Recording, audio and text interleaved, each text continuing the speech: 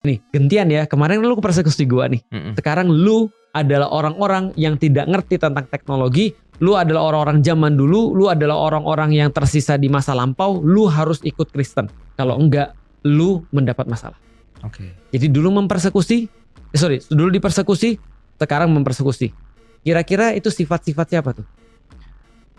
Sekarang Yahudi. Zionis. Nah, di dalam Islam ingat nggak kita punya 3 layer? Oh, yang individu, kelompok, individu, negara. kelompok, dan negara. Islam mengatur bagaimana ketika syariat ini menjadi sebuah inspirasi di dalam aktivitas-aktivitas negara.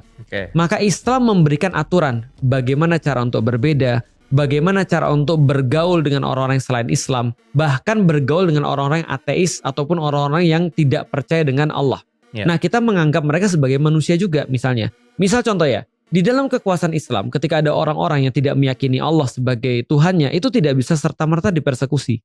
Dan tidak bisa serta-merta atau dipaksa ke dalam Islam. Maka di dalam Islam sangat terkenal adalah ikroha fiddin. Tidak ada paksaan di dalam agama. Maka kita hampir-hampir tidak pernah memaksa siapapun untuk masuk di dalam Islam. Fakta menarik adalah ketika Rasulullah SAW wafat dan kemudian para khulafaur rasyidin kemudian menguasai seluruh daerah Syam, maka Syam itu adalah pusat Christianity. Ya kan, nanti kita bahas ya. Pusat Christianity. Dan antum tahu jumlah penduduk muslim di sana setelah menguasai daerah Syam dan semua orang pada masuk Islam itu berapa persen kira-kira? Jumlah penduduk muslim banding Kristen? Iya, kira-kira berapa persen? Muslimnya berapa persen, Kristennya berapa persen? Kan awalnya 100% Kristen nih. Iya. Setelah Islam datang membebaskan daerah Syam, lalu kemudian itu padahal kan adalah ya birthplace of Christianity kan, adalah tempat lahirnya Christianity.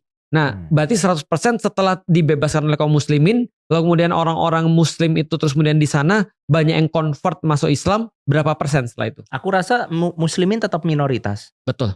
Iya kan? 70% itu adalah Kristen. Artinya Islam itu tidak memaksakan agama di negara Islam sendiri untuk semua masyarakatnya beragama Islam. Itu satu. Dan kedua, kita ngatur mayoritas. Kita minoritas, ngatur mayoritas. Sekarang kita mayoritas nggak becus. Anda bisa kebayang nggak sih?